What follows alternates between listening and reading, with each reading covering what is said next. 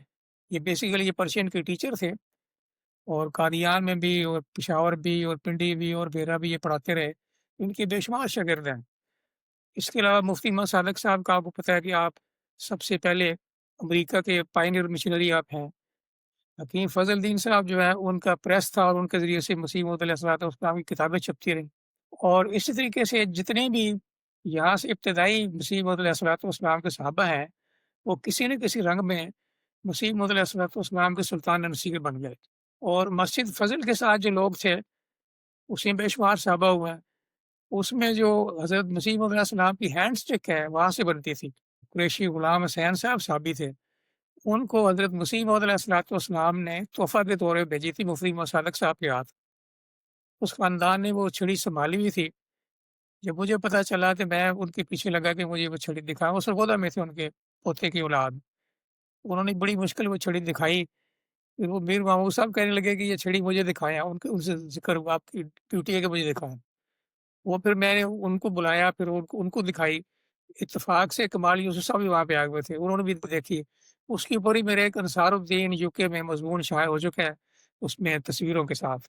تو یہ میں صرف یہ اسٹریس کرنا چاہ رہا ہوں کہ یہاں کے جو ابتدائی مسیح موعود کے صحابہ تھے، ان میں سے بعض تو بڑے متمول تھے اور بعض بڑے غربا میں سے تھے، لیکن ان پر خدا نے بڑے فضل کی، اور مسیح موعود علیہ الصلوۃ والسلام کے جو وہ اس میں فتح اسلام میں 5 شاخوں کا آپ نے ذکر فرمایا، تقریباً ہر شاخ میں شروع میں بیرا کا بندہ تھا، اور مسیح موعود علیہ الصلوۃ والسلام کے بڑے مقرب تھے، اور حضور نے خود فرمایا کہ مجھے بیرا سے نصرت پہنچی ہے۔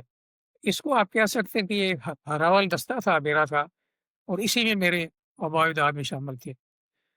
اب میں اس آج کے ایپیسوڈ کا جو آغاز ہے وہ آپ کے قلم سے کرتا ہوں۔ آپ کا جو ہے اس کا قلم ہے جسے آپ یہ کرتے ہیں۔ تو میری زندگی کے کئی واقعات اور مشاہدات ہیں، معلومات کے لیے، علم کے لیے اور ازدیاد علم کے لیے اور ایمان کے لیے پیش کرنا چاہ رہا ہوں۔ میری پہلی نوکری جو تھی انجینئرنگ کرنے کے بعد، وہ ایک یوگوسلاوین فرم میں تھی۔ یہ بوسنیا کے لوگ تھے، سرائیوو ان کا ہیڈ کوارٹر تھا۔ یہ آئے ہوئے تھے، یہ مظفر گڑھ کا میرا پہلا پروجیکٹ تھا۔ اس میں وہ ایک یوگوسلاوین تھا، یہ لوگ اپنے آپ کو سوشلسٹ کہلاتے تھے، لیکن بیسیکلی کمیونسٹ تھے، جو خدا کو نہیں مانتے تھے۔ تو میں ایک سینئر پر ایک بار بیٹھا ہوا تھا، تو اس کو میں نے پوچھا، میں نے کہا تم خدا کو مانتے ہو؟ کہتا نہیں۔ میں نے کہا تمہیں یہ جو سب کچھ مل رہا ہے، تم کھاتے پیتے ہو، کام کر رہے ہو، یہ تمہیں کہاں سے مل رہا ہے؟ کہتے ہیں my brain is God, my legs are God, my hands are God. میں کام کرتا ہوں تو مجھے ملتے ہیں، خدا تو کوئی نہیں ہے، یہ خدا ہے۔ تو میں نے وہ مسیح علیہ السلام کو پڑھا ہوا تھا، ایک وہ اس میں ہے ایک نسیم دعوت میں دلیل۔ میں نے کہا مجھے بتاؤ تم کیا کر رہے ہو؟ کہتے ہیں رائٹنگ۔ میں نے کہا واٹ از رائٹنگ؟ کہتے مائی پین از رائٹنگ۔ میں نے کہا no, your pen is not writing, you leave the pen on the table and tell pen to write, it can not write. کہتے yes it can not write. میں نے کہا there is a hand behind this pen which makes it to write. Similarly, behind this universe, there is a hand which is God. And that is one, and He controls everything in the world. Kehte my goodness, I have started thinking about God. So give me some book. پھر اس کو میں نے اسلامی اصول کی philosophy کا English translation تھا، اس کو میں نے وہ دیا۔ مجھے جو انجینئرنگ کرنے کے بعد سروس ملی، اس کے پیچھے خلیفۃ المسیح کی دعائیں تھیں، اور میں سمجھتا ہوں کہ میرا سارا کیریئر جو ہے وہ خلیفۃ المسیح کی دعاؤں کے نتیجے میں ہے۔ میں نے جب انجینئرنگ کی تو میں نے 66 میں کی تھی انجینئرنگ، نومبر میں میری سپلیمنٹری تھی، تو میں نومبر میں پاس ہوا میں۔ تو اس وقت یہ 65 کی وار کی وجہ سے اس کا اثر آ رہا تھا، تو گورنمنٹ میں پہلے ایڈاک پہ رکھ لیتے تھے، ایڈاک بند تھا، ایڈاک پہ ملازمت نہیں مل رہی تھی۔ تو میں نے چند دفعہ جو اپلائی کیا، مجھے لاہور مال روڈ پہ ایک فرم میں جاب ملا۔ انہوں نے مجھے وعدہ تو کیا کہ آپ کو ہم 600 روپے تنخواہ دیں گے، لیکن جب میں فزیکلی جوائن کرنے کے لیے گیا تو مجھے کہتے ہیں وہ تو ہمارا اسکیل نہیں، آپ کو ہم 350 دے دیں۔ میں نے کہا ٹھیک ہے۔ اس کے بعد آپ کو یاد ہوگا یا اس میں ہسٹری میں ہے کہ 1966 کا جلسہ جو ہے وہ جنوری میں ہوا تھا، جنوری 67 میں، تو ساتھ ہی جلسہ آ گیا۔ تو میں نے جلسے کے لیے چھٹی کی درخواست دی، تو میرا جو چیف انجینئر تھا وہ بڑا ناراض ہوا،